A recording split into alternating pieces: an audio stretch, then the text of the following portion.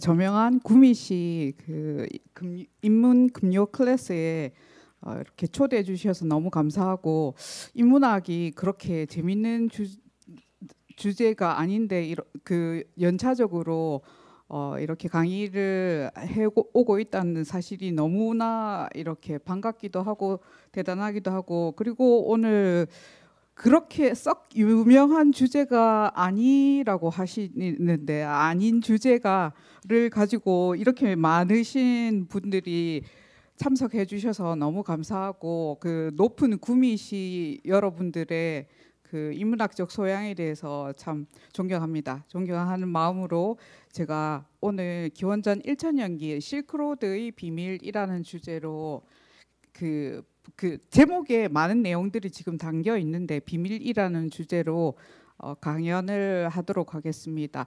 저는 문화인류학과의 소속이지만 전공은 고고학이 전공입니다. 고고학이 전공이어서 고고학은 역사를 연구하는데 책으로 연구하는 게 아니라 유적과 유물로 연구를 합니다. 그래서 제가 오늘 유물을 들고 올 수 없기 때문에 사진을 많이 가지고 왔습니다. 사진을 많이 가지고 왔고, 그리고 제 강의할 때도, 학교에서 강의할 때도 제 사진이 많은 게 저희 강의 특징이기도 합니다.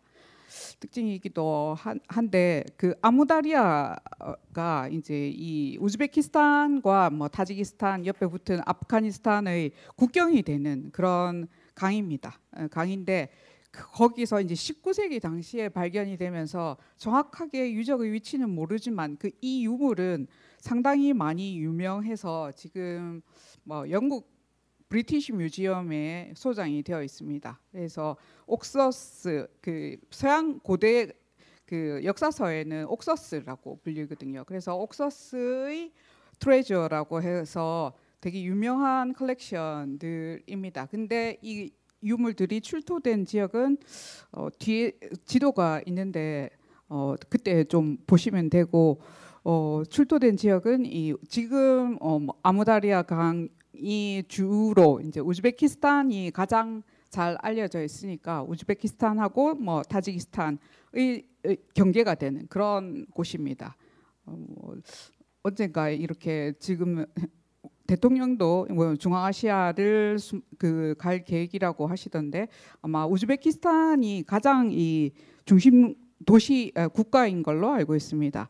그리고 우리 역사 교과서에 보면 소그드라고 하는 지명이 나오는데, 소그드가 우리나라 뜻으로 하면 두 강 사이라는 뜻이거든요. 그게 메소포타미아와 같은 뜻인데, 아무다리아 강하고 시르다니아 강 사이의 그 지대를 소그디아라고 합니다. 소그디아라고 하고, 이 유물들은 정확하게 아무다리아 강 상류 지점에서 출토가 되었는데, 이제 골동품 시장에 팔리기 시작하면서 유물들이 알려지게 되었기 때문에 정확하게 어떤 유적인지는 이제 뒤에서 좀 살펴보도록 하고, 그러니까 지점은 대략은 알고 있으나 포인트가, 그러니까 확실한 지점이 정확하지 않은 그런 유적이기도 합니다.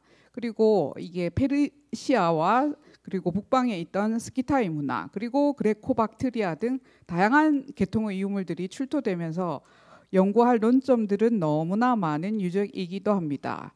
그래서 앞에서 설명드렸듯이 유적의 위치와 성격이 명확하지 않기 때문에 유물이 상당히 중요합니다. 그래서 유물은 대략 지금 현재 연구된 방향은 기원전 4에서 3세기 혹은 기원전 4세기 유물로 생각을 하고, 이곳이 이제 알렉산더 대왕의 원정과 관련된 지역이기도 합니다. 그래서 알렉산더 원정과 이 보물들이 관련이 있다라고 여러 연구자들이 이야기들을 하고 있습니다. 원정 이후에 세워진 그레코박트리아라고 하는 그 지역, 그리스 정권의 뭐 식민지라고도 하기도 하고, 그리스적인 성격이 강한 그런, 이제 박트리아는 고대부터 있었던 이 지역의 지명이고, 그리스적인 그런 성격이 강하다고 해서 그레코박트리아 지역 내에서 생산된 유물과, 그리고 그 이전에 페르시아에서 모인 유물들이 이동한 결과라고 저는 생각을 하고 있습니다. 그래서 저한테 이 강의를 처음에 제안해 주신 분이 지금 요즘에 뭐 TV에 자주 나오는 경희대학교의 강인욱 교수님이셨거든요. 같이 러시아 과학 아카데미에서 공부를 했고 되게 오랫동안 그 필드에서 같이 연구하고 했었는데 제가 지난주에 이 주제로 경희대학교에서 발표를 하고 또 좀 추리고 좀 더 붙이고 더 좀 세련되게 꾸며서 여러분한테 소개해 드릴 수 있게 되어서 너무 기쁩니다. 오른쪽에 있는 사진은 그 서양 기록에 남아 있는 옥서스라고 하는 강의 뭐 수채화 19세기 당시의 모습입니다. 실크로드라고 하는 말은 독일의 지리학자 리히트 호펜이라고 하시는 분이 리히트 호펜이라고 하는 분이 이야기를 했습니다. 사실 제가 프레젠테이션 아마 인쇄된 거랑 제가 지금 하는 거랑은 조금 다를 겁니다. 왜냐하면 제가 보내고 나서 좀 더 첨가를 해야 더 쉬울 것 같아서 좀 더 몇 장을 더 추가를 했습니다. 19세기 말에서 20세기 초는 유럽의 지식인들은 미지의 세계를 여행하면서 동서문화의 만남에 대한 관심을 연구하는 게 그들의 상당한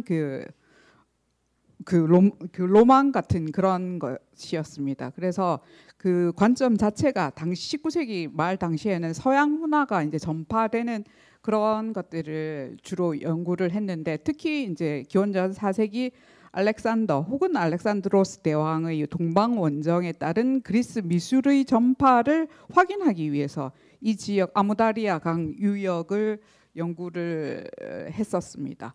그런데 지금은 이 기원전 4세기 물론 오늘의 주제는 기원전 4세기 때의 주제이긴 하지만 사실 시간적인 거나 공간적인 범위는 동서문화 및 원거리 지역과의 교류로 역사 공간적으로 이해할 수 있는 그런 부분들이 그런 이 개념으로 인문학적 개념으로 넘어갔다고 할 수 있습니다.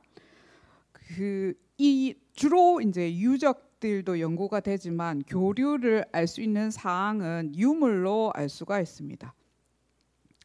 자, 다음은 이 위에 있는 그림이 보면 지금 여기가 아랄해라고 하는데 이 강이 여기 이 포인트가 가리키는 강이 지금 아무다리아 강입니다. 그리고 여기가 시르다니아 북쪽에 있는 강이 시르다니아 강이고 이 지역을 소그디아라고 하는 지역입니다. 소그디아라고 하는 지역이고 위에 있는 것은 지금 우리나라에서 출판된 책에 이제 알렉산더 대왕의 원정로를 붉은색으로 화살표로 해놓은 것이고 이 밑에 있는 자료는 제가 러시아에서 가지고 온 자료입니다. 그래서 알렉산더 대왕의 동방 원정로를 이렇게 표시를 해놓은 것인데 지금 아랄해가 여기에 있고요. 아랄해가 여기 있고 힌두 이 산맥에서 얼음 빙하가 녹으면서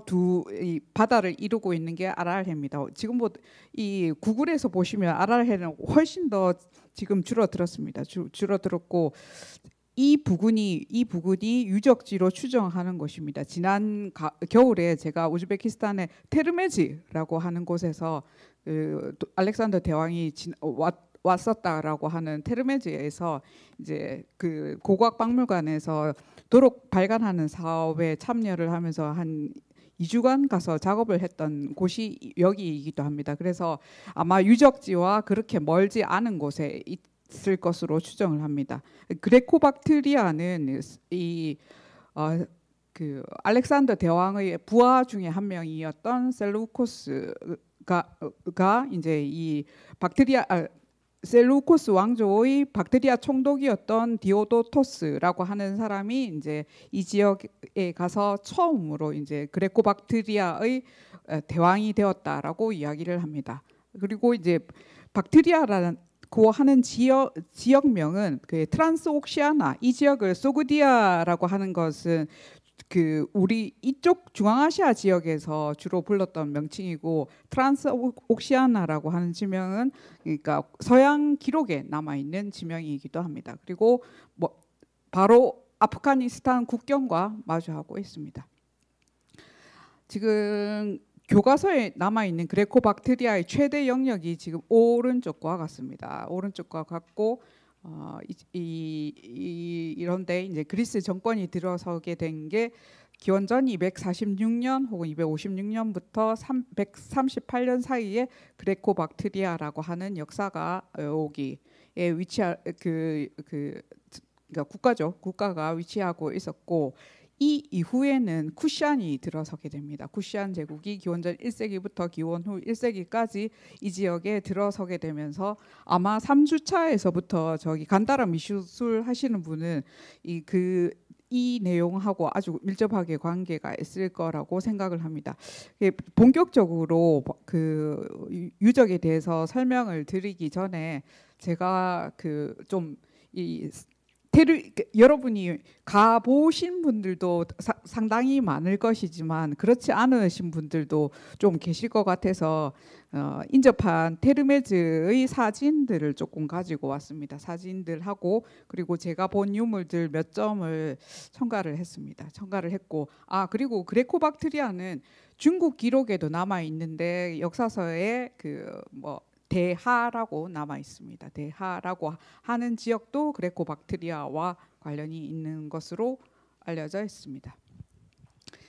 그 테르메즈의 이게 스타르이 테르메즈라고 하면 올드 테르메즈, 그러니까 구도심입니다. 테르메즈가 지금 보시면 왼쪽에 있는 사진 두 장이 현재의 모습이고요. 현재의 모습이고 중간에 있는 이 모습은 그 테르메즈가 처음 발견될 서양인들한테 처음 발견될 당시의 19세기의 모습입니다. 그래서 현재의 테르메즈보다 조금 더 그 구도심이 북쪽에 있는 것입니다. 북쪽에 있는데 사실 상당히 그 고대 문화의 중심지라고 알려졌고 우리나라에서도 국립중앙박물관에 2009년인가 그때 그 유물들을 가지고 와서 특별전을 했던 적이 있습니다. 특별전을 했던 적이 있다. 테르메즈 북부에 위치하고 있고 스타르이 테르메즈라고 하는 올드 테르메즈, 그러니까 구도심입니다. 테르메즈 도심은 위치하고 있고 청동기 시대부터 기원 후 3세기 이후에도 유적은 그러니까 도시의 기능을 계속했던 걸로 알려져 있습니다. 뿐만 아니라 2500년 전부터 도시가 그 지역에 들어서 있었던 걸로 알고 있습니다. 그리고 이 테르메즈라고 하는 이 지역이 도시가 여기서 보시면 그 아무다리아 강 제일 하류에 있는데 우리가 우즈베키스탄이라고 하면 아마 제일 잘 알려져 있는 도시는 사마르칸트와 부하라, 히바 이런 도시들입니다. 그런데 사마르칸트와 부하라, 히바가 이거 중심 도시가 된 것은 기원 후 7세기 이후이고 그 전에는 이 지역의 테르메즈가 중심지였습니다. 중심지였고 그리고 이제 옥시아나라고 그 알렉산드리아라고 하는 옥서스 그 알렉산더 대왕이 도시를 건설한 알렉산드리아와 매우 가까운 곳에 위치하고 있는 도시이기도 합니다. 동서남북을 잇는 십자로 상에 위치한 도시이고 박트리아와 소그드를 연결하는 최단의 도시라고 합니다. 그래서 우리가 실크로드라고 하면 동서 방향으로만 움직였다라고 생각하는데 사실 시간적인 범위나 위치에 따라서 남북 방향으로도 이동이 있었는데 그에 해당하는 도시가 테르메즈라고 볼 수 있습니다. 각종 역사서에 등장을 하는데 아베스타, 인도의 아베스타, 대당서역기에는 저밀국이라고 하는 도시로 나옵니다. 그리고 아랍과 페르시아 자료에도 타르미즈, 투르미즈, 타르미즈 등으로 여러 가지 명칭 등으로 불렸습니다. 알렉산더 대왕이 아무다리아에 접한 옥서스, 그러니까 이게 아무다리아 강을 이야기를 합니다. 알렉산드리아를 건축했다라고 하는 기록이 남아 있는데 아마도 추측컨대 테르메즈라고 하는 도시를 지칭한다고 합니다. 실제 도시보다는 그리스의 요새와 가깝다라고 이야기를 합니다. 그리고 이 도시 알렉산드리아는 그러니까 기원전 239년 유목민에 의해서 파괴되었다는 설이 있기도 하고, 혹은 이 그리스 정권인 셀레우코스 시기의 지도자 이름이 안티오키아라고 하는 사람입니다. 저는 러시아 말은 좀 잘하는 편인데 이 그리스어는 모릅니다. 몰라서 좀 버벅거려도 이해를 해주십시오. 지속적으로 도시였다는 설이 있어서 이 도시가 스타르이 테르메즈라고 하는 도시가 어떻게 사라졌는지에 대해서는 뭐 두 가지 설이 있습니다. 기원전 3세기 경에 그레코 박트리아라고 하는 그 왕국이 이 지역에 들어서게 되는데 최대의 도시였다라고 합니다. 당시에 최대의 도시였고 경제 문화의 중심지고 토기를 상당히 많이 만들었다라고 합니다. 그리고 이 그레코 박트리아는 그 중국 기록에 남아 있는 월지에 의해서 망합니다.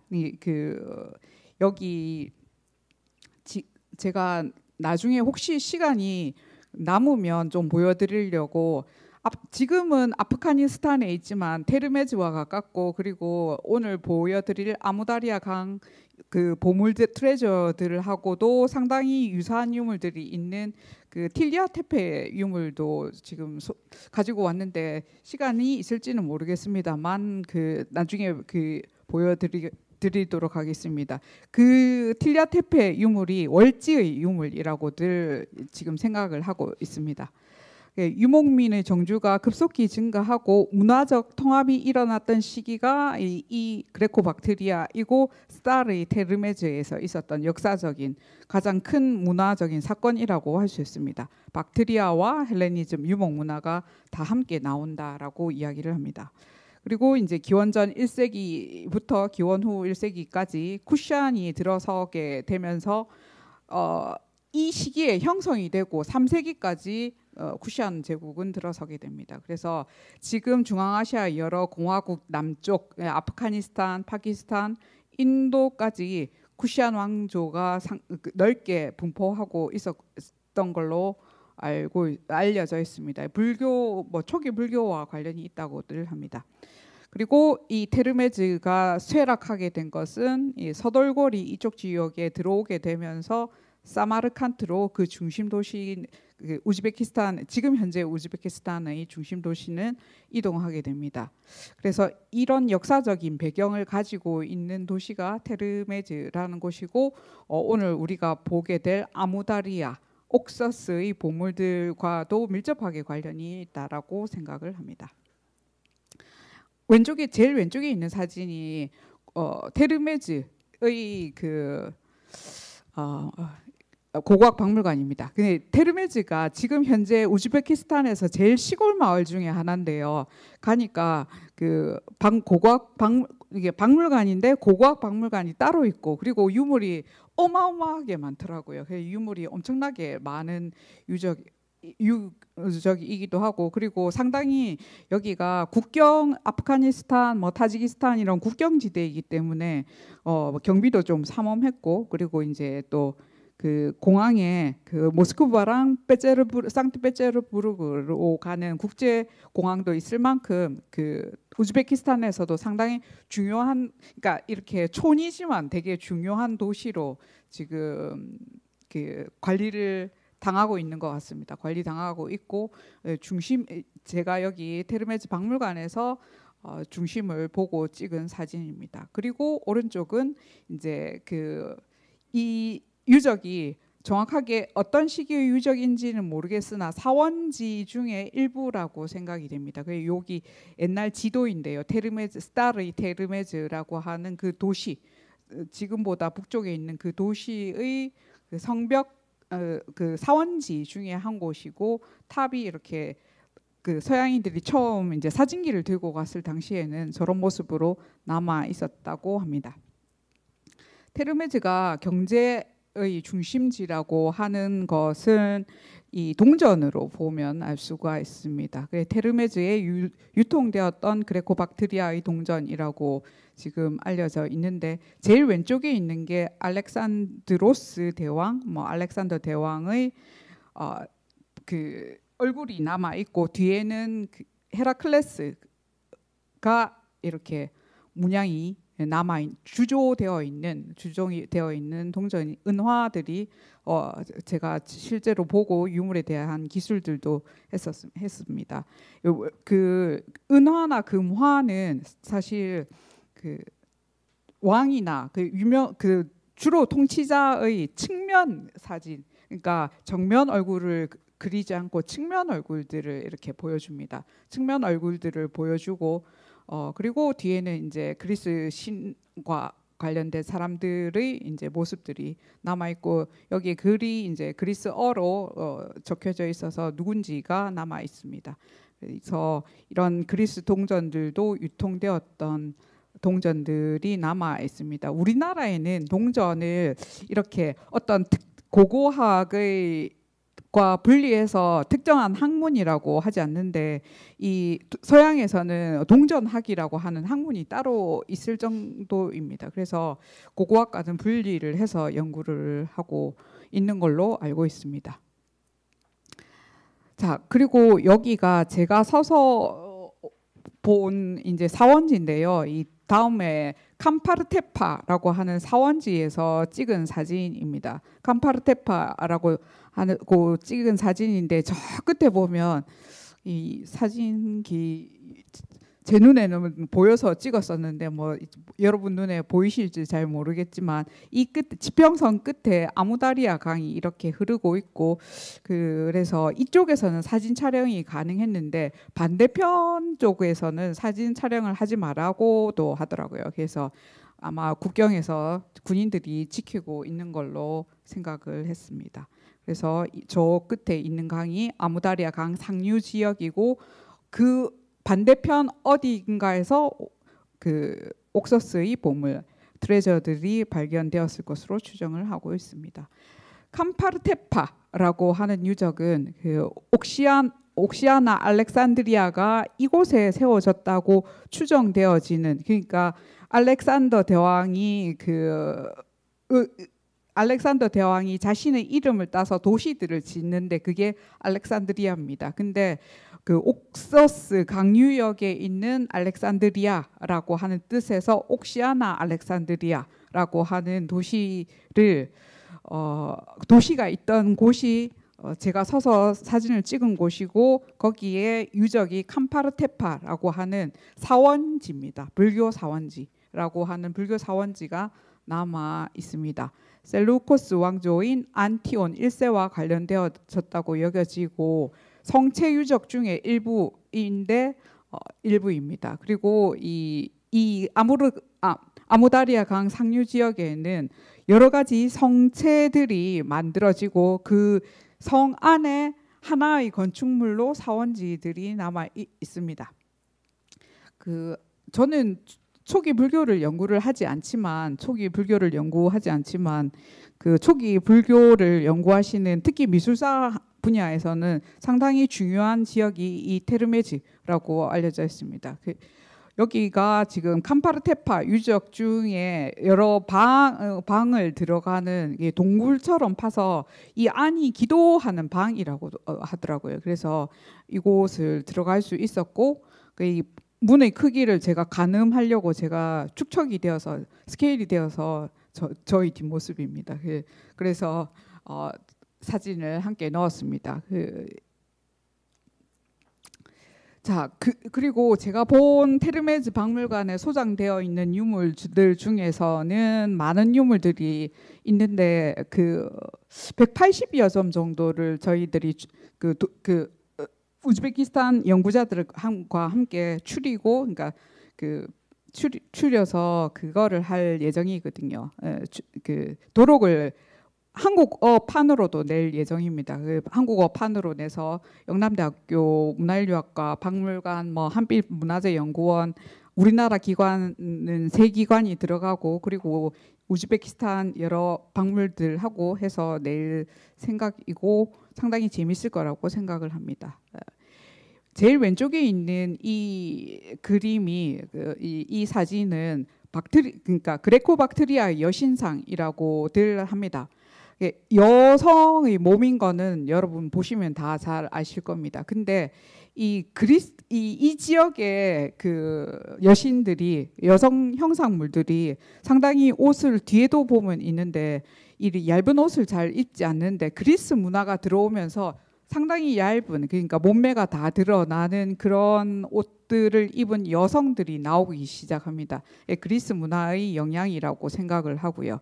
그리고 이제 이 여성은 아마 출토될 당시부터 머리와 이 다리 밑을 잘라진 채로 출토된 것 같습니다. 이게 뭐 유적 발굴 때문에 실수로 이런 게 아니라, 저는 이제 후기 구석기 시대부터 해서 그 여성 형상물들을 다 모아서 책으로 낸 적이 있는데, 뭐 다음 주에 잠시 보여드리겠습니다만, 낸 적이 있는데, 보면 여성 형상물들을 유적에, 그러니까 유구에, 집자리나 무덤에 넣을 때 이렇게 훼손해서 넣는 그런 특징들이 있습니다. 그런 것처럼 이런 훼손한 게 아닐까 싶은 생각이 들 정도로 이렇게 잘려진 채 나온 겁니다. 그리고 중앙에 있는 거는 흙으로 만들어진 거고, 가장 오른쪽에 있는 것은 이제 돌로 만들어진 건데, 이 도장들입니다.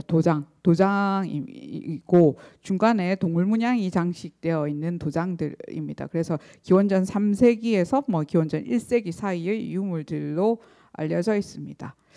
그레코박트리아 다음에 오는 그 문화가, 나중에 시간이 남으면 조금 보여드리겠다고 했던 그 유물들인데, 그 유물들 중에 제가 제일 중요한 유물들만 가지고 왔습니다.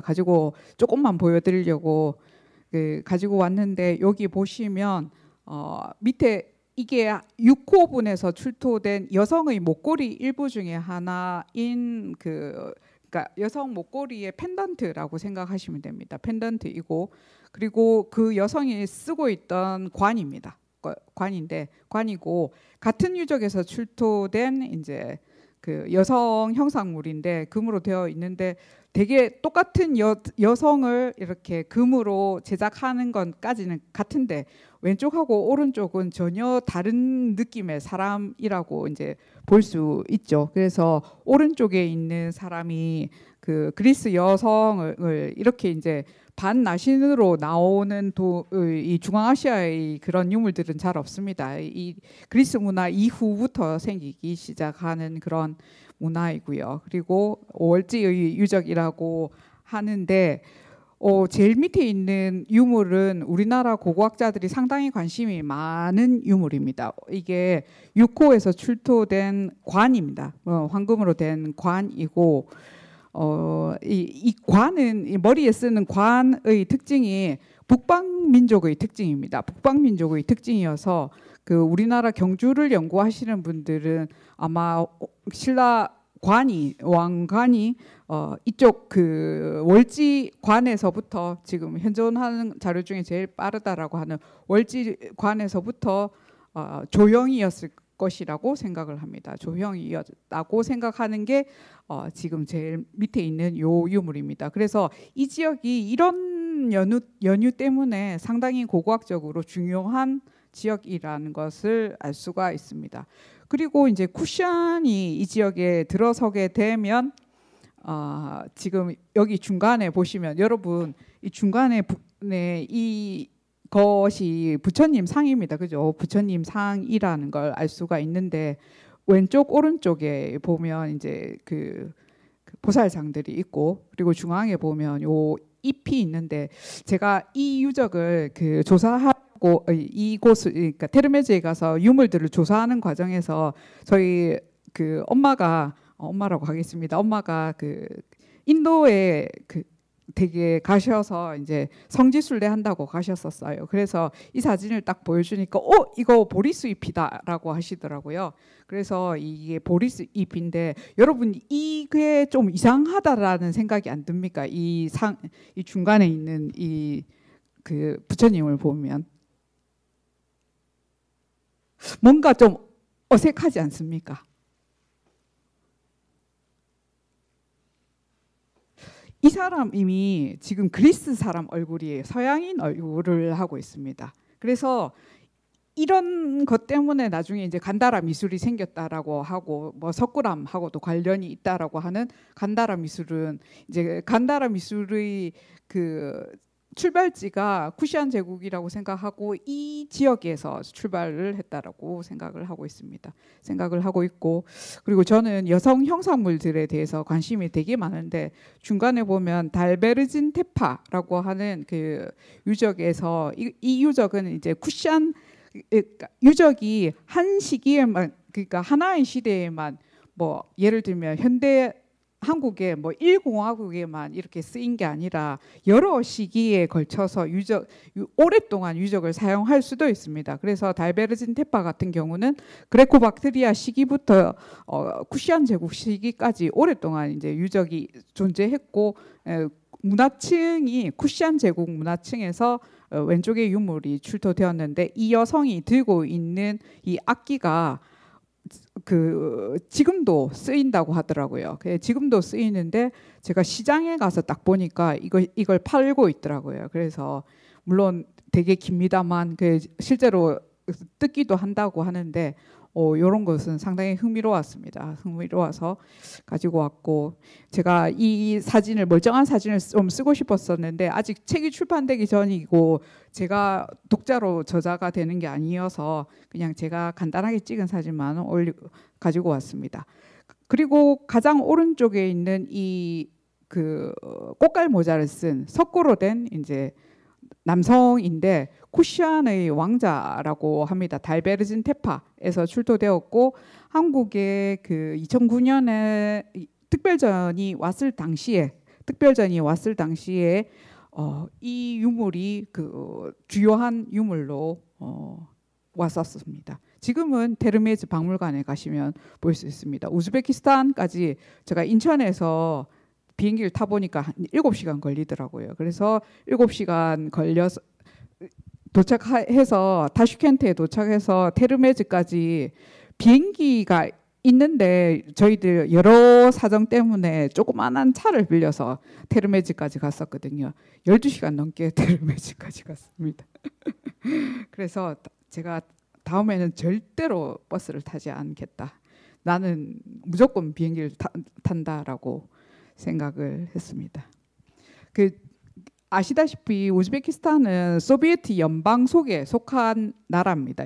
했던 나라입니다. 그래서 그 소비에트 연방이었던 국가들, 중앙아시아 뭐 카자흐스탄이나 뭐 이런 국가를 가보면 그냥 러시아 말 쓰면 그냥 러시아 말 다 통해요. 근데 유일하게 이 우즈베키스탄은 민족성이 강하고, 그리고 이제 자국어를 되게 강조를 많이 해서 나이가 많거나 아니면 대학에서 이렇게 강의를 하거나 뭐 이러신 분들 아니면 그 젊은 사람들은 러시아 말 못하는 사람들도 상당히 많더라고요. 그래서 국가마다 차이가 있다는 사실도 알았습니다. 국가마다 있다는 사실도 알았는데, 자, 본격적으로 이 아무다리아의 비밀에 대해서 말씀을 드리겠습니다. 오른쪽에 있는 유물 두 점은 각각 왼쪽에 있는 유물이 조금 더 큽니다. 그래서 제가 이 일부러 사진 크기를 달리한 이유가 불성실해서가 아니라 그 크기 자체가 조금 차이가 있기 때문에 이렇게 달리 했고, 왼쪽의 유물은 그 브리티시 뮤지엄에 있고 오른쪽의 유물은 빅토리아 앨버트 뮤지엄에 보관되어 있습니다. 이게 중앙아시아 유물인데 왜 저기 영국에 가 있어라고 의문이 들 수 있잖아요. 이 현대사랑 관련이 있습니다. 현대사랑 관련이 있는데, 유물이 그 시장에, 골동품 시장, 인도 북부에 있는 골동품 시장에 나온 시기가 1878년입니다. 그리고 그란트라고 하는 사람이 동전을, 금화와 은화를 구입하면서부터 시작해서 유물이 알려지게 되었습니다. 그란트와 여기 보면 바턴이라고 하는 이 선장이고, 그리고 커닝햄, 프랭크스, 이런 사람들 전부 영국 사람들입니다. 이 유물을 최초로 접한 사람들이 그러니까 영국 사람들이었습니다. 그래서 영국에 지금 박물관에 소장되어 있고 영국의 보물이라고 알려져 있습니다. 알려져 있어서 인도를 경영하면서 인도를 그러니까 식민지로 했었죠. 그래서 19세기 근현대사와 관련이 있는 곳이기도 합니다. 그리고 이제 골동품 시장에 그게 유물들이 한꺼번에 다 같이 나온 게 아니라 3년에서 5년 동안 조금씩 팔았던 거예요. 상인들이 조금씩 팔아서 이렇게 판 건데 이게 이 지역의 이 학자들도 그러더라고요. 그러니까 학자들이 고고학 테르메즈 박물관에서 나는 이제 많이 친해졌다고 생각했는데 뭔가를 딱 나중에 보여주면서 이거는 우리 다음을 위해서 그냥 키핑해 놓는다고 하더라고. 그래서 이 지역 사람들의 특징인가 싶은 그러니까 민족성인가 싶은 생각이 들었습니다. 그래서 상인의 기술이라고 저는 생각을 했습니다. 그리고 이 바톤이라고 하는 이 계곡을 수비하던 영국 사람인데 이 사람은 그러니까 상인들을 구해주고 자기가 이 유물을 오른쪽에 있는 팔찌를 받았다라고 진술을 했지만 그거는 바톤 선장이 그냥 진술한 사실이고 상인들한테 뺏었을 가능성도 있다고 저는 생각합니다. 여담입니다만은. 그리고 브리티시 박물관에서 인도로 이제 파견 나와 있던 고고학 조사 책임자였던 커닝햄과 그리고 이제 연구원이었던 프랭크스가 나머지 유물들을 구매합니다. 그리고 커닝햄이 죽은 뒤에는 프랭크스가 그 유물을 사 모으고 그리고 프랭크스가 죽은 뒤에는 브리티시 뮤지엄에 전부 기부하면서 유물 대부분은 일부는 알려져 있지 않습니다만 대부분은 영국에 있습니다. 그래서 저도 그 영국 박물관에 가본 지가 진짜 오래됐는데 너무 오래돼서 이제 가보고 싶은데 지금 영국이 너무 물가도 비싸고 사정이 안 좋다라고 해서 엄두를 못 내고 있습니다만 가면 전부 뺏어온 유물들만 이렇게 있어서 그때는 공짜였는데 지금은 바뀌었는지 모르겠습니다. 오른쪽에 보면 여기가 이 강이 아무다리아 강입니다. 구글에서 위성으로 볼 수 있는 아무다리아 강이고 지금 이 붉은색 여기가 페르세폴리스라고 하는 페르시아 지역이었던 곳이고 그리고 파란색 점 여기 세 개 여기 찍어놓은 이 부위가 저기 그러니까 유물이 있었던 고대 도시의 유적의 대략적인 위치입니다. 아무다리아 강 상류라고 생각하시면 되고요. 그리고 여기 여러 상인들이 증언에 따른 이제 이 기록들 남아 있는 기록입니다. 남아 있는 기록인데 현재 이게 타크시 쿠바드시에 위치하고 현재는 이 타크시 쿠바드시 도시가 타지키스탄 국경 내에 있습니다. 타지키스탄 국경 내에 있는데 이 국경은 별로 중요하다고 생각하지 않습니다. 왜냐하면 이게 유물 당시에는 그레코박트리아의 유물이기 때문에 지금 현재 타지키스탄 유물이라고 해도 역사성으로 보면 그레코박트리아부터 페르시아, 스키타이 문화들하고 관련성이 깊기 때문에 이동성이 매우 강한 유물이기도 합니다. 이동성이 매우 강한 유물인데 1, 2, 3이라고 해놓은 곳은 이제 상인들이 진술한 그러니까 상인들이 자신들이 이 유물에 대해서 구한 유물들을 진술한 내용이고요. 근데 이제 연구자들은 그래도 유적 발굴지와 비교하고 싶어 합니다. 1879년에 사마라 탐험대가 아무다리아 강 상류 고대 도시를 확인하고 여기를 며칠 동안 발굴을 하게 됩니다. 매우 초보적인 발굴이어서 확실하지는 않지만 아마 이것과 관련되었다라고 하는 설이 제일 지금 강력하게 지지받고 있습니다. 그 도시가 현재의 타크시 쿠바드시에 위치하고 있고 여기입니다. 여기가 타지키스탄 국경 내에 있고 그리고 여기는 우즈베키스탄, 여기는 아프가니스탄, 여기는 또 다른 나라입니다. 다른 나라 다른 나라 확인해 보시면 되고요. 디아코노프와 제이말이라고 하는 타크시 쿠바드시를 발굴한 사람들이 이제 디아코노프라고 하는 소비에트 과학자였는데 이 사람이 유적을 발굴을 하게 됩니다. 근데 이 내용이 왜 정확하다라고 생각을 하냐고 하면은 유적 조사의 내용이 1880년 3월 18일 신문 기사에 적혀져 있습니다. 이게 바크시 강과 이 강이 바크시 강입니다. 아무다리아 강의 지류입니다. 지류. 그러니까 파안즈 강이 합류하는 지점에 위치하고 있고 이곳의 원주민들은 고대 물건을 발견했고 그 유물들 중에는 금으로 주조된 호랑이와 그다음에 여러 금으로 된 물건을 발견했고 요거를 인도인들에게 팔았다라고 하는 기사가 3월 18일 투르키스탄 이 신문 기사에 나게 됩니다. 그래서 이 기사가 알려지게 될 당시에 그 보물의 존재는 아직 그러니까 유물이 아직 안 유명했던 거예요. 그래서 이게 거짓말이거나 꾸며낼 필요가 없었다라고 생각을 합니다. 그래서 디아코노프가 조사를 해 보았을 때 그 고대 도시는 이게 많이 없어진 상태여서 쿠시안 시대부터 그러니까 기원전 1세기부터 기원 후 8세기 시대의 층만 확인했고 그 이전 시대는 확인할 수 없었습니다. 그래서 제이말이라고 하는 연구자는 이 사람이 또 유명한 이 지역의 연구자인데 타크티 쿠바드시가 맞을 것이다라고 이야기하고 디아코노프는 그보다 북쪽에 유적이 위치할 것이라고 생각을 하지만 여기나 저기나 아무다리아 강 상류 어느 지점에 위치를 하고 있습니다. 이 지금 네모 박스로 쳐놓은 요곳이고요.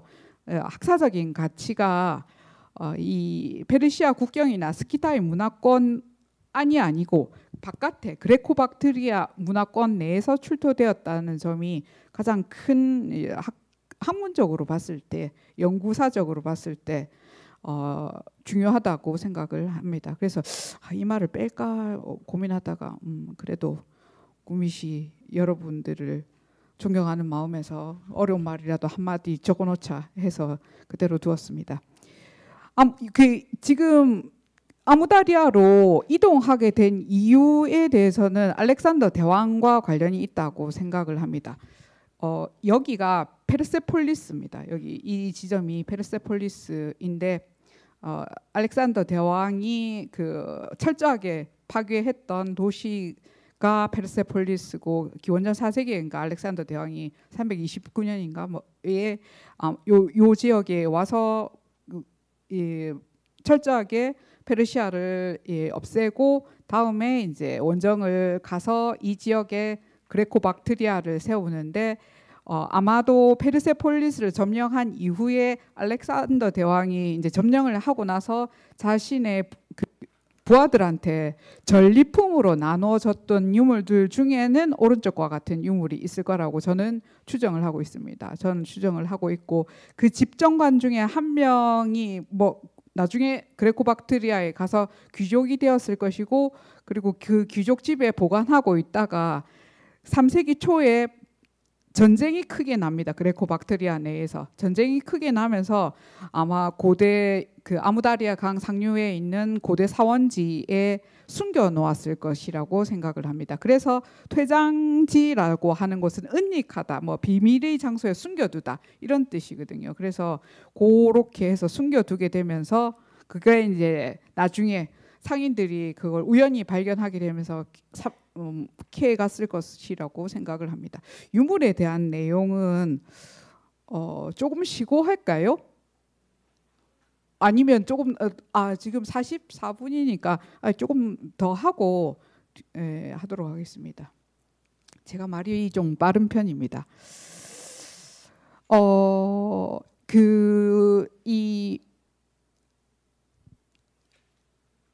아무다리아의 보물이라고 하는 유물은 크게 세 종류로 나눌 수 있습니다. 페르시아 아케메니드 왕조와 관련된 그 시기의 유물이라고 하는 유물하고 그리고 그 북쪽에 있던 스키토 시베리아 문화권, 그 스키타이 문화입니다. 스키타이 문화의 기원전 4세기 유물과 그리고 이 유물이 이동한 뒤에 그러니까 그레코박트리아 내에서 자체적으로 생산했던 그 유물 세 가지가 있다고 생각을 합니다. 오른쪽에 있는 지도는 빨간색이 그 그레코니 페르시아 왕조가 가장 전성기일 때 최대 넓이입니다. 이게 다리우스 1세일 때의 넓이인데 북쪽에 이 지역에 스키타이 문화가 존재를 했었습니다. 그러니까 그 중앙아시아에서 보면 북방과 남방에 큰 문화가 두 문화가 자리 잡고 있었고 여기 이 지역에서 이제 그레코박트리아가 페르시아 이후에 들어서게 되는 겁니다. 자, 왼쪽에 있는 유물이 은으로 제작되어 있는 유물입니다. 은으로 제작되어 있는 남성이죠. 남성이고 보시면 아시겠지만 유물이 옷을 입고 있는데 그 옷은 그리스 사람들의 옷처럼 그리스 사람들의 옷은 그 아직 저는 그리스는 가보지 못했습니다만 되게 얇은 옷을 입은 사람들이 유물 속에 등장을 합니다. 근데 여기 이렇게 보면 옷을 제대로 갖추어 입은 사람들은 스키타이 사람들 아니면 페르시아 사람들입니다. 페르시아 사람들인데 이 왼쪽에 있는 사람은 그 14.8cm 정도, 그러니까 제 손가락 크기로 한 요 정도 되는 아주 조그만한 상입니다. 모자를 쓰고 있고 그리고 스키타이 사람들이 꽃갈 모자를 쓰고 다녔다라고 하는데 그 내용을 그 서양 역사의 아버지 헤로도투스가 그 이야기를 썼거든요. 그 이야기는 다음 시간에 할 겁니다. 그 이야기는 다음 시간에 할 텐데 그 모자와는 다른 이런 원통형 원통형 모자를 쓰고 있습니다. 오른쪽에 이게 페르시아 왕의 모습이라고 합니다. 책의 제 표지 사진인데요. 보면 이게 라피스 라줄리라고 하는 청금석, 한자로 쓰면 청금석이라고 하는 이 청금속으로 된 귀걸이나 뭐 목걸이 등등 한국에 요즘에 많던데 그 청금석으로 된 이런 돌로 보석으로 페르시아 왕의 얼굴을 이렇게 만든 건데 왼쪽에 있는 것은 이제 페르시아 왕과는 달리 은으로 만들었고 그리고 이제 왕관의 모양이 여기 보면 고고학하는 사람들은 이런 거 되게 잘 보거든요. 뭐가 다르고 뭐가 같고 왜 다르고 뭐 이런 점들을 매우 자세하게 봅니다. 그래서 이 왕관이 이빨처럼 이렇게 돼 있는데 그 러시아 말로 하면 까로나라고 하거든요. 그 코로나라고 하는 그 병의 명칭이 그 왕관하고 관련이 있어서 그 러시아 말 라틴어가 그거일 겁니다. 어원일 텐데 까로나라고 이야기들을 합니다. 까로나라고 하는데 요런 관을 쓰고 있는데 왼쪽에 있는 관이 아니라 모자는 그렇진 않습니다. 그래서 아마 가죽이나 유기질제로 만들었을 것이라고 추정을 할 수 있고 그리고 이제 이런 유물을 보면 당시에 사람들이 어떤 헤어스타일을 했는지도 알 수가 있습니다. 남성이지만 뒤로 묶고 접어서 말아 올린 이런 스타일을 하고 있고요. 그리고 남자이지만 이렇게 뭐 스커트처럼 우리 안에 저는 의복사가 전공이 아니라서 정확하지는 않지만 이제 스키타이 사람들하고 구분을 하기 위해서는 또 이런 이야기들을 조금 합니다. 조금 하는데 느슨한 소매와 긴 주름이 특징이라고 합니다. 페르시아 복장이라고 하는 이야기들은 유라시아 그 의복을 전공하시는 분들의 이야기입니다. 대체로 기원전 5세기 페르시아 귀족이다라고 생각하는 사람도 있고 아니면 이 달턴이라고 하는 사람이 그 프랭크스가 죽고 난 뒤에 달턴이라고 하는 사람이 그 유물을 깡그리 모아서 최초로 연구를 한 사람입니다. 그 1905년에 책을 처음 내고 1926년에 그거를 재판에서 냈거든요. 거기 보면 이 사람은 아케메니드 왕인 사이러스 2세라고 추정을 합니다. 보면 이제 지금 현재 나오는 뭐 이란 사람들하고도 상당히 많이 닮아 있습니다. 근데 이제 페르시아 왕인지는 이 왼쪽에 있는 사람이 저는 뭐 모르겠지만 아무튼 이렇게 은으로 된 입상들이 나오고 있습니다. 자, 다음은 앞에서 보여드렸던 팔찌 이야기를 좀 해보도록 하겠습니다. 팔찌 이 두 점은 사실 여기 억수로 게임을 할 만한 친구들은 없는 것 같은데 그 보면 그리핀이라고 하는 그 동물, 그 전설 속의 동물이 그 페르시아 지역이었던 메소포타미아 문명부터 나오는데 사자 몸통에 독수리 날개가 붙어 있고 독수리 입을 하고 있습니다. 입을 하고 있고 그리고 이제 페르시아 이 시기가 되면 뿔까지 달리는데 이게 이제 그리핀이라고 불리는 유물입니다. 그리핀이라고 불리는 유물이 지금 각각 다른 박물관에 소장되어 있습니다. 왼쪽에 있는 유물은 아무다리아 보물이고 오른쪽에 있는 이 그 부조는 이 돌에 새겨진 그림인데요. 이게 페르세폴리스의 아파다나 궁전, 그러니까 페르시아 궁전의 사신들입니다. 사신들인데 여기 보면 팔찌를 이렇게 들고 있죠. 팔찌를 이렇게 들고 있습니다. 팔찌를 들고 있고 그래서 아마도 왼쪽의 유물은 페르시아에서 제작을 했을 것이고 그리고 페르시아에서 제작을 해서 그리고 상당히 높은 귀족 뭐 왕이나 뭐 귀족이나 누군가가 들고 있었을 것인데 알렉산더 대왕이 원정을 오면서 그 전리품으로 자신의 부하들에게 나눠준 유물들이라고 생각을 하고 있습니다.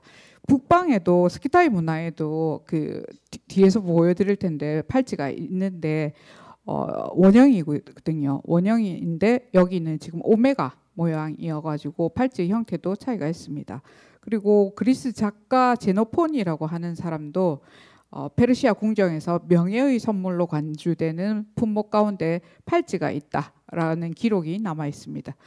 그러니까 상당히 높은 사람만 착용할 수 있는 그런 유물이라고 생각해 볼 수 있고요. 이게 되게 지금 그 굵고 크거든요. 그래서 이런 그 팔찌를 끼고 있으면 아무 일도 못 합니다. 그러니까 왕이나 다 모든 걸 다 이렇게 옷 입는 것부터 다 이렇게 남들이 해주는 그런 사람만 착용할 수 있는 의뢰용이거나 뭐 그런 유물이라고 생각해 볼 수 있습니다.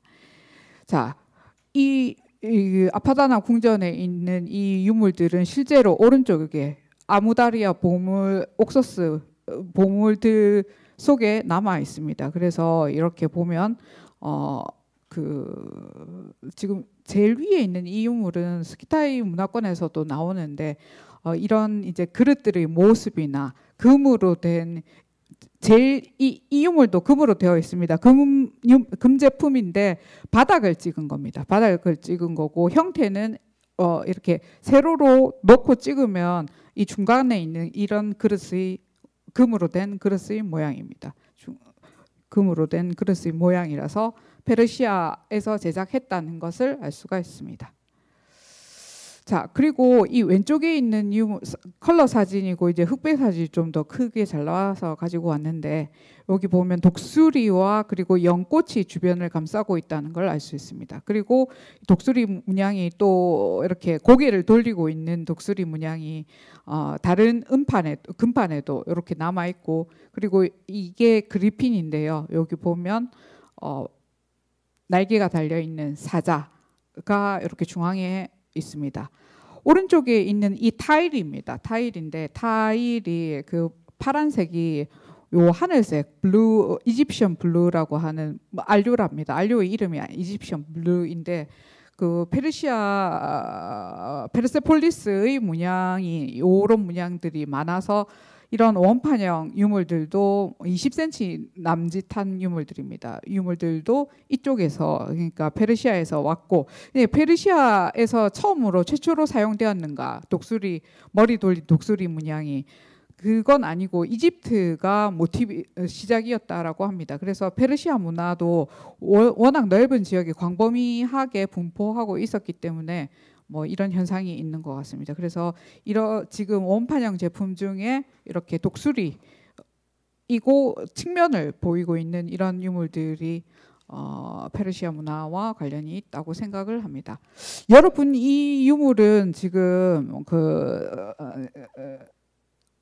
뒤에 보면 좀 더 자세하게 알 수 있을 텐데 남성이고 그리고 모자를 쓰고 있고 옷을 이렇게 잘 갖추어 입고 있고 그리고 밑에 이 부분이 지금 뭔가 이렇게 불룩 튀어나온 부분이 있습니다. 어딘가에 끼우기 위해서 이런 장치를 두거든요. 유물을 만들 때 이런 장치를 일부러 남겨두지 않습니다. 아무런 소용이 없다면 이렇게 불룩 튀어나온 이런 부분들은 어딘가에 끼워서 뭔가 그러니까 다른 부품이었던 거죠. 말하자면 이 유물은 어딘가의 부품이었습니다.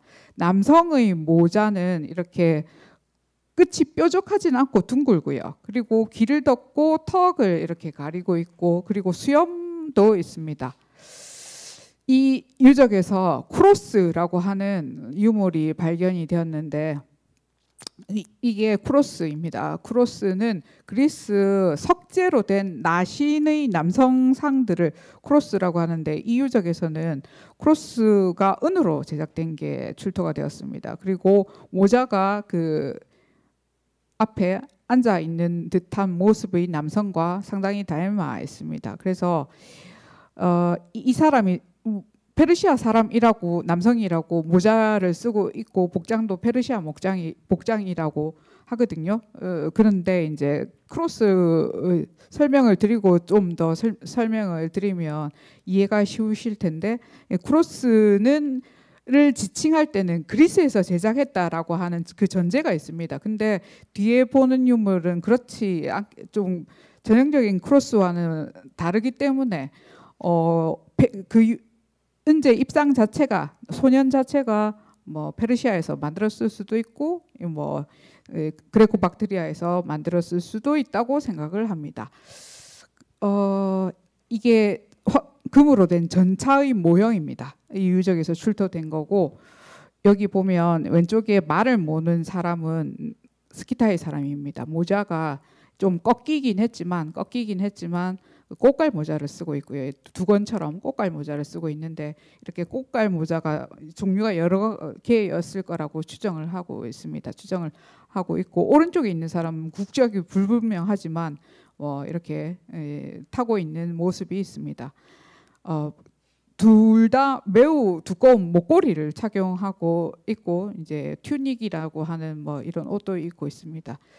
엑스레이 촬영을 해본 결과 이 말 내부와 사람의 내부가 이렇게 비어 있습니다. 그래서 금판으로 제작을 해서 용접을 해서 이렇게 만들었을 것으로 추정을 합니다. 그러니까 쿠로스나 이런 애들은 은재 앞에서 보여드렸던 입상들은 그 주조를 한 거거든요. 틀에 넣어서 구운 겁니다. 틀에 넣어서 구운 걸 제일 쉽게 이해를 하려면 저는 학생들한테 붕어빵을 생각해라고 합니다. 붕어빵은 틀에다가 그러니까 밀가루 물을 넣어서 굽는 게 그 주조하는 방법인데 그와 마찬가지로 어떤 틀에 석재나 뭐 금속 뭐 목재나 이런 틀에다가 금이 굳어지기 전에 그 상태의 액체화된 상태를 부어서 이런 만드는 방법을 주조한다라고 하거든요. 주조하는 방법인데 이 주조하는 방법으로 제작된 게 아니라 이렇게 금판으로 이어져서 만들어졌다는 걸 알 수가 있습니다. 그래서 이제 스키타이 문화나 페르시아 문화에서 나왔을 것이라고 추정을 하는 관련이 있을 거라고 추정을 하는데 스키타이 문화에서도 이 실제로 유적에서 그 전차들이 출토되고 있기 때문입니다. 자, 제가 미리 조금 설명을 드렸지만 이 쿠로스라고 하는 입상은 그레코 박트리아 혹은 그리스에서 제작을 해서 뭐 페르시아에서 전리품으로 나눠줄 때 그 유물들 중에 하나라고 생각합니다. 쿠로스는 그리스 고전기에서 발견되는 옷을 입지 않은 남성 입상을 돌에 조각하는 게 특징이라고 합니다. 옷을 입지 않고 모자만 쓴 이 남자 소년이 너무 좀 희한한 게 보통 이렇게 모자만 쓴 이런 나신의 상은 잘 없거든요. 근데 특이하게 여기서 이런 유물들이 출토가 되어서 그리스 제작품이다 아니다라고 하는 많은 이야기들이 있는데 저는 여기다가 모자를 봤을 때 페르시아 사람이 아닐까라고 이제 추정을 하고 있습니다. 근데 이제 일부 학자들은 그리스에서 제작되었을 것이라고 추정하는 일부 학자들은 아폴로를 형상화한 게 아닐까라고 생각하거나 혹은 아폴로 이미지를 가지고 있었던 그레코박트리아 통치자의 모습 중에 한 명이 아닐까라고 생각을 하고 있습니다. 자, 제일 중요한 유물이라고 제가 생각하는 게 이 알 수 없는 그 금판, 금으로 된 평평한 판들입니다. 크기 왼쪽에 보면 크기가 다양합니다. 크기가 다양하고 꾸불꾸불한 이유는 발견될 당시에 골동품을 팔았던 상인들은 이렇게 둥글둥글 말려 있던 것을 나중에 영국 박물관에서 쫙쫙 펴서 이렇게 흔적이 남아 있는 것입니다. 흔적이 남아 있고 모두 43점이 남아 있다고 합니다. 그 43점이 남아 있고 2점 빼고 말하고 여기 보면 낙타가 있습니다. 말 그림하고 낙타 빼고는 전부 남성, 그러니까 남성 41명이 그림이 남아 있는 거죠. 그러니까 사진 대신에 남아 있다고 생각해 볼 수도 있습니다. 남아 있다고 해 볼 수도 있는데 그 중에 뒤에서 다시 설명드리겠지만 이 사람은 스키타이 사람입니다. 스키타이 사람은 뭐 페르세폴리스의 아파다나 궁전 앞에 그 아파다나 궁전에는 여러 이 국가들의 사신들이 그러니까 선물을 갖다 주는 장면이 그림으로 남아 있는데 그 중에 스키타이 사람들도 남아 있거든요. 그리고 이제 다리우스 1세의 비문, 베히스톤 비문이라고 하는 그 곳에서도 꽃갈 의자를 쓴 스키타이 남성이 확인됩니다. 그래서 여러 연구자들은 이 평판과 비교를 합니다. 대략 남성들은 쓴 모자를 기준으로 해서 6개의 그룹으로 나눌 수 있고 그리고 뭐 아무것도 안 쓴 사람들도 있습니다. 그리고 이 유물이 되게 잘 예쁘게 그리고 정성스럽게 이렇게 새긴 유물들도 있는데 오른쪽과 같이 이 사람은 왕관을 썼는데 뭐 어린애 장난처럼 이렇게 그림을 그려놓은 것들도 침선을 새긴 거죠. 침선을 새긴 것들도 남아 있어서 한 시기가 아니고 여러 시기에 걸쳐서 제작이 되었다라고 생각을 합니다. 근데 어느 문화에서 제작을 했는지는 명확하지 않습니다. 제일 크고 제일 유명하고 그 다리우스 1세의 베히스톤 비문하고도 비교를 하는 그 금판이 이 15cm 크기의 스키타이 남성입니다. 남성은 고리트라고 하는 스키타이 화살통인데 활과 화살을 함께 넣는 화살통을 보관하고 있고 그리고 여기 아키나크라고 부르는 뒤에 그림이 있습니다. 아키나크라고 하는 이 단검이거든요. 그러니까 헤로도투스가 스키타이 사람들의 검을 아키나크라고 부르기 시작했습니다. 그래서 아키나크라고 하는데 짧은 검을 이야기를 합니다. 짧은 검이 여기 스키타이 유적에서 나오는 유적들과 상당히 유사합니다. 남성이 들고 있는 이 유물이 이 막대기는 41명의 남성들은 전부 측면을 보고 있고 대부분 뭐 이렇게 막대기나 혹은 뭐 길쭉한 이게 무기의 일부라고 생각하는 이런 막대기들을 들고 있는데 불을 옮기기 위한 장면이라고 하는 의견이 많습니다. 왜냐하면 그 헤로도투스가 사권의 67장에 보면 점 치는데 스키타이 사람들이 막대기로 뭐 점을 친다거나 불을 피운다 이게 이 역할을 불을 피울 때 썼다라고 하는 기록이 남아 있어서 아마 이 불 피우는 사람과 관련이 있다고 생각합니다. 또 이렇게 해석하는 데는 저는 또 하나 보태면 그 나중에 쿠시안이 들어오게 되면서 이 지역이 그 월지라고 하는데 전통적인 종교가 조로아스터교거든요. 불을 상징하는 조로아스터교가 후대에도 그런 종교적 습관이 남아 있기 때문에 아마도 그런 유물과 관련이 있지 않을까 싶은 생각이 듭니다. 그래서 금판의 용도는 아마 그런 장면들을 새겨서 남기고 그 접힌 이유가 그 고대 사원지에 이렇게 돌과 돌 사이에 끼워 넣어서기 위해서 숨기기 위해서 그렇게 접었을 것이라고 추정을 하고 있습니다. 추정을 하고 있고, 자 아무다리아에서는 앞에서 보신 그리핀 팔찌와는 전혀 다른 팔찌가 요 한 점이 출토가 됩니다.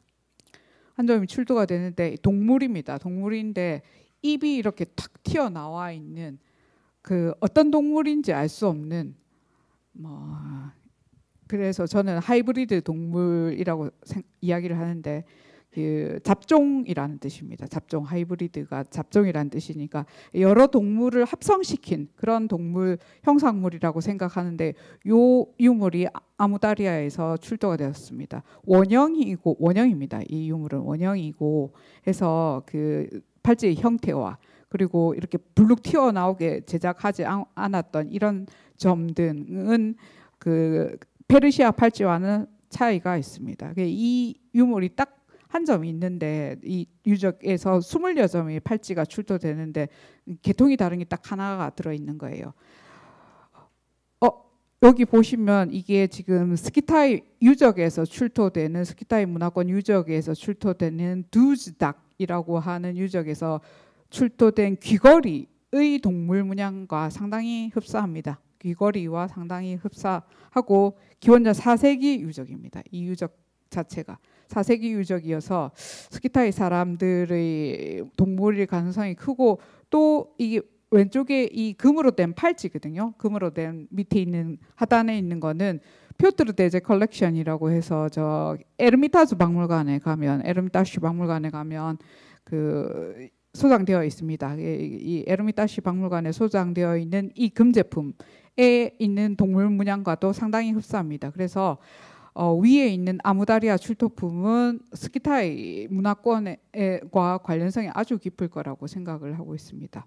오른쪽은 아파다나 궁전에 남아 있는 그 스키타이 사람들이고 이들은 각각 이제 선물들을 이제 들고 페르시아 왕을 이제 만나기 위한 장면입니다. 보면 이분도 팔찌를 들고 있는데 그 페르시아 팔찌와는 전혀 다른 팔찌를 들고 있습니다. 그리고 여기 들고 있는 게 이 모피와 그다음에 그 일종의 레깅스를 이렇게 들고 있는데 스타킹처럼 생긴 걸 들고 있는데 요 이야기는 뭐 다음 시간에 하면 재밌을 것 같습니다. 그래서 이런 장면들이 그 아파다나 궁전에 남아 있어서 이 페르시아 궁전이기는 하지만 아파다나 궁전이 정말 그 다 국적의 사람들이 사신을 모시고 있는 장면하고 흡사하다라고 생각을 합니다.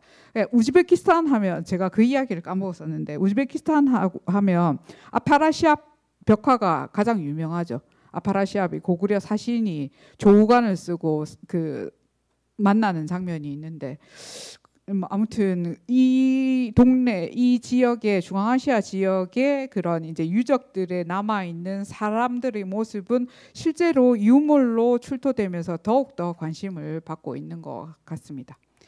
자, 하이브리드 동물 장식 중에 이 위쪽에 있는 유물은 아무다리아에서 출토된 거고 밑에 있는 유물들은 알타이 파지리크라고 하는 고원지대에서 출토되는 유물들, 스키타이 유물들입니다. 위에 있는 유물은 저는 페르시아에서 제작을 했다고 생각을 하는데 페르시아 문양과 그 다음에 이 꼬리가 주조된 게 아니라 납작하게 이렇게 두드려서 붙인 거거든요. 이게 스키타이 제작 기술이라고 합니다. 스키타이 제작 기술이어서 이 유물이 그레코박테리아 내에서 출토되었다지만 밑에 있는 이 알타이에서 출토되는 이 그리핀들도 역시 페르시아에서 왔을 거라고 추정하는 유물들입니다. 페르시아에서 왔을 거라고 추정하는 유물들이고 특히나 이 외쪽에 있는 요 유물은 그 바지리크 2호에는 미라가 나오는 유적이거든요. 미라가 나오는 유적이고 거기 여성의 목걸이입니다. 목걸이인데 알타이에는 금이 많다더만 왜 이거는 나무야라고 생각하실 텐데 그 나무로 만들고 금박으로 싸서 그 유적에서 발견될 당시에는 금박 자체가 없어진 경우가 상당히 많습니다. 상당히 많아서 그렇긴 한데 이 그 페르시아 문양을 쓴 목걸이를 착용한 여성이 여기 파지리크 유적 2호에서 출토가 되었습니다. 이 여성이 유로포이드라고 알려져 있거든요. 그리고 함께 매장된 남성은 몽골로이드 남성입니다. 그래서 그런 결혼이 있었던 거, 이게 부부라고 생각을 하고 있는데 결혼이 있었던 걸로 생각하고 있습니다. 그래서 지금 이 페르시아의 그리핀은 상당히 넓은 지역에 분포하고 있고, 그래서 문양이 그 스키타이 문양과도 관련이 있긴 하지만 아마도 그레코박트리아 내에서 제작했다기보다는 페르시아에서 제작을 해서 나중에 그 알렉산더 대왕의 전리품 중에 하나였을 가능성이 큽니다. 용도는 뒤에서 이렇게 옆에서 측면을 보면 이게 핀이 2개거든요. 근데 뭐 달턴은 이게 머리에 꽂아서 썼다라고 생각을 했는데 이게 너무 깊어서, 이 부분이 길어서 아마 꽃갈 모자에 이렇게 꽂아서 썼던 장식품이 아닌가라고 하는 그런 의견들도 있습니다. 자, 왼쪽에 있는 유물이 아무다리아에서 출토된 사자입니다. 사자. 왼쪽에 있는 유물은 사자이고, 오른쪽에는 페르시아 사자 문양입니다. 이 유물은 이제 메트로폴리탄 뮤지엄에 있는 유물인데, 페르시아 사자는 페르시아 문양입니다. 왜냐하면 그 북방에서는 사자가 살지 않았기 때문에 남방의 그 그림이 동물이거든요. 남방의 그 페르시아, 지금 고대 이란 지역과 그런 지역의 문양으로 많이 썼는데, 그 페르시아 아케메니드 왕조에서는 사자의 측면을, 왕을 상징하기 때문에 사자의 측면을 이렇게 많이 사용하고, 그리고 갈기를 이렇게 세우고 포효하는, 이렇게 입을 이렇게 지르고 있는 이런 장면을 그린다고 합니다. 이런 장면을 그리는데, 왼쪽에 있는 유물은 사자입니다. 사자인데 뿔을 달고 있고요. 뿔을 달고 있고, 그리고 여기 그 주변에 이런 갈기나 요 주변에 있는 갈기 등은 전혀 이제 페르시아 문양과는 다르고, 그 무엇보다도 정면을 바라보고 있는 이 방법도 페르시아 방법이 아닙니다. 그래서 이런 변형된 사자 문양과, 그리고 제작 방법은 스키타이 문양이 사용되었습니다. 그 비슷한 유물이 이 밑에 있는 유물인데, 이 문양 자체가 사람인지 도깨비인지 뭔지는 알 수 없지만 스키타이 문양도 아니고 페르시아 문양도 아닌데, 제작 방법은 스키타이 제작 방법을 사용한 겁니다. 스키타이 제작 방법 하는데 그게 뭔데? 라고 물으시면 제가 준비를 해왔습니다. 그래서 그 광학 현미경으로 살펴보면 이제 이 기술은 당시에 금속을 다루던 기원전 1000년기, 그러니까 기원전 999년부터 기원전 1세기 사이의 유목 민족들한테는 스키타이 사람들만 가지고 있었던 그런 이제 제작 방법이라고 합니다. 제작 방법이고, 뭐 영어로 하면 펀칭, 그 잘라내기 기법이 있고, 이 새침선인데 이게 그 납작한 그 끈을 이렇게 꾹꾹꾹꾹꾹 눌러서 이렇게 그리는 방법, 그리고 제일 오른쪽에는 깎아내기라고 제가 한국어로 쓰면 그 정도로 표현할 수 있을 것 같은데, 주조한 방법이 아니라 이 부분을 깎아낸 겁니다. 깎아내면서 체이싱이라고도 하던데, 체이싱 하는 방법이 유물에서 사용되었고, 이거는 스키타이 유물에만 사용이 되었다라고 합니다. 이 현미경이 아니더라도 이 지금 앞에 제가 슬라이드에 사용한 건데, 이건 정면을 바라보고 있는 장면이고, 측면을 바라보고 있는 장면을 보면 반지입니다. 이 유물은 반지인데 호랑이입니다. 호랑이를 변형시킨 호랑이인데, 여기에서도 그냥 눈으로 봐도 이렇게 잘라낸 흔적이 남아 있는 요런, 그러니까 주조해서 잘라낸 게 아니라 이 지역 이 부분을 전체를 그 잘라내서 만든 제작 기법을 사용하고 있습니다. 그 제가 주장하는 바입니다만은 그 범 문양, 호랑이 문양, 펜던트의 문양은 이렇게 지금 유라시아 초원에서 기원전 1000년기에 제일 일찍 나오는 유물부터 시작해서 엄청나게 넓게 분포를 하고 있습니다. 위에 있는 게 아무다리아 출토품이고, 중간에 있는 유물부터 이게 코카사스 남부부터 북쪽 그리고 초원의 카스피해 천산산맥 그리고 시베리아 일대까지 기원전 7세기에 아주 넓은 지역에 이 호랑이 문양들이 호랑이 문양이 그래 있을 수 있지라고 생각하시겠지만 이렇게 특징적인 게 스키타이 문양 그 동물 장식의 특징적인 게 몸을 이렇게 그 고양이과 동물들이 고양이 보면 잘 때 이렇게 몸을 이렇게 웅크리고 자는 것처럼 이렇게 말고 있는 특징이 있습니다. 말고 있는 특징이 있는데 이 유물이 최초로 출토된 것은 시베리아에서 출토됩니다. 시베리아에서 청동으로 제작되었지만 출토되고 그보다 이른 이 사슴돌이라고 하는 사슴돌에 여기 보면 이제 호랑이가 이렇게 남아 있습니다. 호랑이가 남아 있어서 이 호랑이와 이 그 표범을 합한 우리나라 순 한국어가 범이라고 하더라고요. 그래서 범 문양은 그 아마도 스키타이 문양일 수 있다고 생각하는데 근데 변형이 됐습니다. 왜냐하면 최초의 모습은 그렇지 않은데 얘는 아무다리아 강에서 출토된 애는 날개 이 부분은 날개입니다. 그리고 뿔을 달고 있습니다. 그리고 뭐 여러 가지 요소들이 변형을 심하게 하고 있고 그리고 반지로 출토된 적이 없습니다. 다 이 제품들은 뒤에 꼭지가 달려 있거나 해서 어딘가에 달기 위한 뭐 그런 유물들이거든요. 그 최초의 유물은 말을 장식했던 유물입니다. 그래서 용도도 다르고 해서 아마도 이 지역에서 제작했지 않았을까라고 추정을 합니다. 이게 아무다리아에서 출토된 거고요. 그리고 이 호랑이 변형이 가장 많이 일어난 지역이 알타이에서 일어나고 있습니다. 알타이에서 일어나고 있고 제가 생각할 때는 기원전 3세기 바지리크 유적 자체가 스키타이 문화부터 기원전 3세기 흉노 시기까지 유적이 오랫동안 무덤으로 사용된 유적입니다. 그래서 보면 호랑이가 이렇게 지금 뭔가 콧잔등에도 변형이 일어나고 이렇게 뒤집어서 이렇게 몸을 꼬우고 있는 이런 현상들은 이거 전부 그 말에 달았던 굴레 장식들입니다. 말 장식들이고 역시 말 장식으로 이런 유물들이 출토되고 있습니다. 그리고 기원전 5세기 때에는 그 바지리크 유적의 5호에서 남성 미라 몸의 문신으로 이렇게 호랑이가 변형돼서 뿔 달고 날개 단 호랑이가 남아 있었고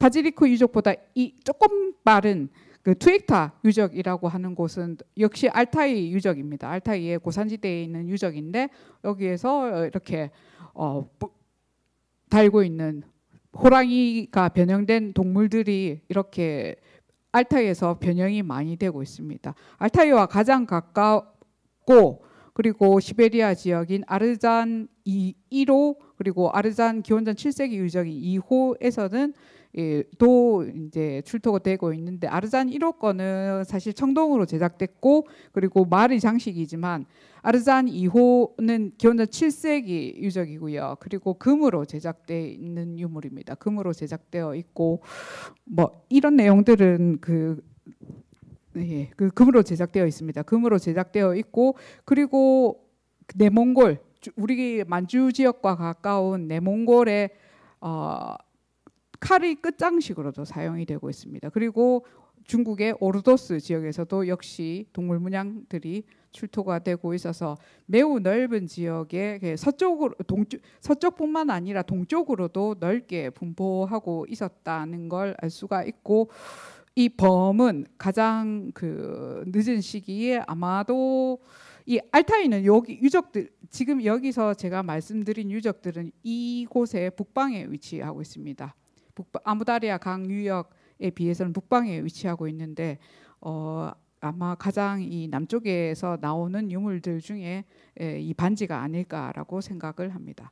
그래서 스키타이 문화권에서 제작을 했을 수도 있지만 이런 그 동그랗게 말고 있는 형태나 세부적인 변형과 용도 이런 제작 방법 변화 등으로 보아서 아마 저는 이 지역에서 스키타이 제작 기술을 알고 있던 그레코박트리아 문화의 사람이 이 유물을 제작하지 않았을까라고 생각을 합니다. 변형이 이미 희미하게 일어나고 있기 때문에. 하지만 스키타이 문화에 대한 그런 향수라고 해야 될까요? 뭐 그런 것들이 남아 있는 것 같습니다. 그래서 유적의 위치가 여기에 위치를 하고 있고, 위의 유물은 그러니까 페르시아에서 제작했을 가능성이 큰 기원전 4세기 유물로 아마 알렉산더 대왕의 전리품 중에 하나로 볼 수 있는 유물이 위의 유물이고, 이 밑에 있는 유물들은 그레코박트리아로 유물들을 이동한 후에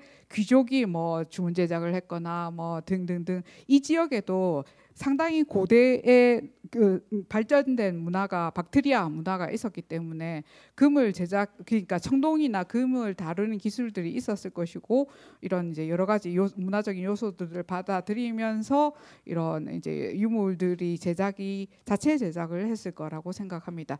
그러다가 이제 전쟁으로 인해서 아무다리아 고대 사원지에 은닉했을 가능성이 크다라고 생각을 하고 있고요. 그리고 지금 시간이 조금 질문을 받아도 되는데 몇 장 안 남아서 제가 그레코박트리아 이후의 월지 유적을 조금 보여드리도록 하겠습니다. 여기가 지금 틸리아테페라고 하는 유적인데요. 틸리아테페 유적은 또 2016년에 국립중앙박물관에서 이 유물을 가져다가 그걸 했거든요. 특별전을 했었고, 그리고 이게 소비에트 연방 때 이게 발굴을 했었기 때문에 아프가니스탄이랑 소련이랑 고고 발굴 때가 함께 그거 했었기 때문에 보고서가 러시아어로 남아 있습니다. 그래서 제가 이야기를 할 수 있고, 그리고 이제 틸리아테페와 함께 있는 유적이 MC테페라고 하는 유적이 있는데, 여기 보면 오른쪽에 보면 이게 구글에서도 이렇게 확연하게 보일 정도로 동그란 성체 유적이 남아 있습니다. 이거는 쿠시안 시대의 큰 취락지라고 생각을 하고 있고, 틸리아테페 유적 자체는 무덤 유적입니다. 무덤 유적이고, 그 연대가 이 유적이 언제 썼느냐, 쿠시안 시기라고 하는 사람들도 있고 쿠시안 시기보다 이르다라고 생각하는 사람들도 있습니다. 그래서 대월지 서천 혹은 그러니까 서쪽으로 오면서 월지들이 남기고 간 무덤이다라고 생각하는 사람들도 있고, 혹은 쿠시안 시기의 왕들과도 관련이 있다라고 생각하기도 합니다. 자, 이 여성이 관을 쓰고 있던 6호 여성입니다. 관을 쓰고 있던 6호 여성인데 상당히 복잡한 그 옷들, 그러니까 장신구를 하고 있어요. 장신구를 하고 있는데, 여기 보면 오른쪽에 보면 이게 귀걸이가 아니라 이제 관에서 내려서 오는 드리개입니다. 드리개 보면 오른쪽과 같이 이제 그리스 미술을 상징한다라고들 하더라고요. 그리스 미술을 상징하는 이런 유물들하고, 그 다음에 여기에 착용하고 있는 목걸이, 목걸이 가슴 앞을 장식하고 있는 이 여성도 뭐 아프로디테나 그런 그리스 신화와 관련된 여성이라고 추정을 하고 있습니다. 근데 이 여성이 착용하고 있던 팔찌, 이 팔찌는 어디서 많이 본 팔찌와 비슷하지 않습니까? 그리고 이 관을 쓰는 특징은 스키타이 문화나 사르마트 문화에서 나오는 특징입니다. 실제로 보면 유물을 이렇게 보면 유물이 사람 머리에 쓰기에는 상당히 직경이 작습니다. 근데 그 6호 여성을 지금 이렇게 복원한 모습이고, 이건 두개골입니다. 출토될 당시에 두개골인데 보면 여기를 묶어가지고 그러니까 성형을 한 거죠. 말하자면 일종의 어렸을 적에 성형을 해서 편두의 이런 흔적이 남아 있는 게 여기에서도 확인이 됩니다. 그래서 이 뭐 강인욱 교수님 같은 경우는 편두를 해서 관을 쓰기 위해서 일부러 이렇게 했다라고 하기도 하던데, 그래서 이런 스키타이와 사르마트 시기에 관을 쓰고 있는 그 대부분 여성들입니다. 여성들이 관을 쓰고 있는 거가, 저도 논문으로 썼는데 그런 관의 흔적들이 남아 있고, 그리고 이런 관의 특징들이 가장 특징 중에 하나가 이 보요 장식이라고 하는 거거든요. 보요가 뭐냐면 이게 그 동그란 펜던트를 바로 이렇게 단 게 아니라 이렇게 찰싹 달라붙도록 붙인 게 아니라 철사실로 꼬아서 이렇게 착장을 했습니다. 그래서 보요라고 하는 한자어는 이렇게 걸으면 걸을보 그러면 반짝인다라는 뜻으로 보요 장식이라고 하는데, 동북아시아 만주 지역의 뭐 선비들관도 이 월지관과 관련이 있다라고 이야기들을 합니다. 월지관과 관련이 있고 뭐 우리나라 신라 왕금관과 관련이 있다라고 하는데, 제가 볼 때는 아무다리아에서 오른쪽 출토되는 그 팔찌와 상당히 비슷한, 하지만 시기는 다른. 왜냐하면 이 돌을 끼우는 감입 방법, 이게 그 상감하는 기법이죠. 상감 기법이 그러니까 한참 후대에 나오는 기법입니다. 뭐 흉노 시기에도 나오기도 하는데, 이 지역에서는 이제 쿠시안 시대에 이런 유물들이 많이 나온다고들 하거든요. 그래서 이 팔찌는 틸리아 테페 유적의 성격에 초문화도 있다라는 걸 보여주는 여러 유물들 중에 하나입니다. 여러 유물들 중에 이거 하나이고 관과 함께 그런 복식으로 생각을 하고 있습니다. 그리고 그 유적이 틸리아 테페랑 상당히 가깝게 있습니다. 아무다리아 유물들이 상당히 가까운 곳에 위치하고 있는데, 아마도 이런 전통이 이 지역에서 남아서 계속 만들어졌을 거라고 생각합니다. 그리고 이 유물은 그 6호 여성이 들고 있던 여러 유물들 중에 그리스 유물이라고 생각하지만 그렇지만 이 쿠시안에서 만들었다고 생각하는 게 왼쪽에 있는 유물인데, 돌고래를 들고 있는 남성입니다. 돌고래가 그레코 로마 미술의 주요한 주제가 돌고래라고 합니다. 근데 비늘이 있어요. 비늘이 있어서, 그러니까 아마도 이 돌고래를 본 적이 없는 사람이 이걸 만들었을 것이라고 생각합니다. 그래서 그 그리스 미술이 여기에도 남아 있다라고 이야기를 하고, 그리고 이것은 반지입니다. 그리스 뭐 누가 봐도 그리스 여성이고, 그리고 적혀져 있어서 아테네라고 적혀져 있다고 합니다. 이 2호에서는 이런 반지들도 출토되어서 틸리아 테페 유적이 어느 문화가 강하다 이렇게 이야기할 수 없다고 생각합니다. 그래서 그런 그리스 미술 속에 여러 가지 문화들 요소가 남아 있어서, 중앙아시아의 문화적 아이덴티티가 뭐냐고 하면 복합성이나 이런 뭔가 멜팅 팟과 같은 그런 성격이 매우 강하다라고 생각하고, 그런 특징들이 후대에 이제 실크로드 상인들에게도 전해졌다고 생각을 합니다. 저희 준비된 강의는 여기까지 하고요. 혹시 질문 있으면 질문을 받도록 하겠습니다.